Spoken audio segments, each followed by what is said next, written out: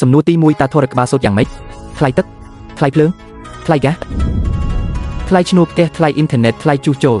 ហា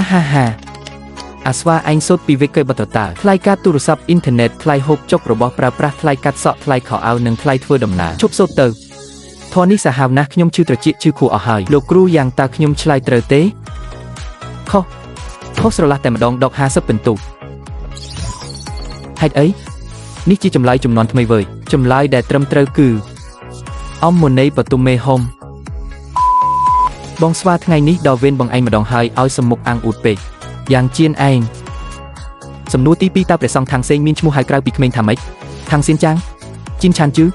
គាត់មានឈ្មោះពីក្មេងថាម៉េចទៅហា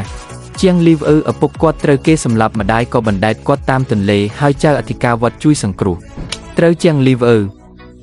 អ្នកនាំសារបរិសុទ្ធឯងសរសេរថាជាងលីវឪមែនទេខ្ញុំសរសេរថាអាថាងដក20ពិន្ទុសំណួរទី3តើផ្លេកបន្ទោរបស់ទេវតាកូលានមានប៉ុន្មានវ៉ុលនេះជាសំណួររូបវិទ្យាឬសំណួរទេវកថាទៅសំណួរចំណេះដឹងទូទៅគឺ 1000 លានវ៉ុលត្រឹមត្រូវតែខ្ញុំចង់ដឹងពីដំណើរដើមទុនហេតុអីបានជា 1000 លានទេវតាកូលានរន្ទះប្រញាប់បង្ហាញខ្លួនមកភ្លាមមហាមុនីរឿងតង់ស្យុងនេះគឺកំណត់ដោយសៀវភៅច្បាប់រន្ទះរបស់ឋានស៊ូតង់ស្យុងស្តង់ដារនៃរន្ទះនៅឋានកណ្ដាលគឺ 1000 លានវ៉ុលយើងមិនហ៊ានបាញ់ផ្ដេសផ្ដាស់ទេត្រូវហើយមិនខុសទេព្រះពុទ្ធឈ្នះមារបូក10ពិន្ទុ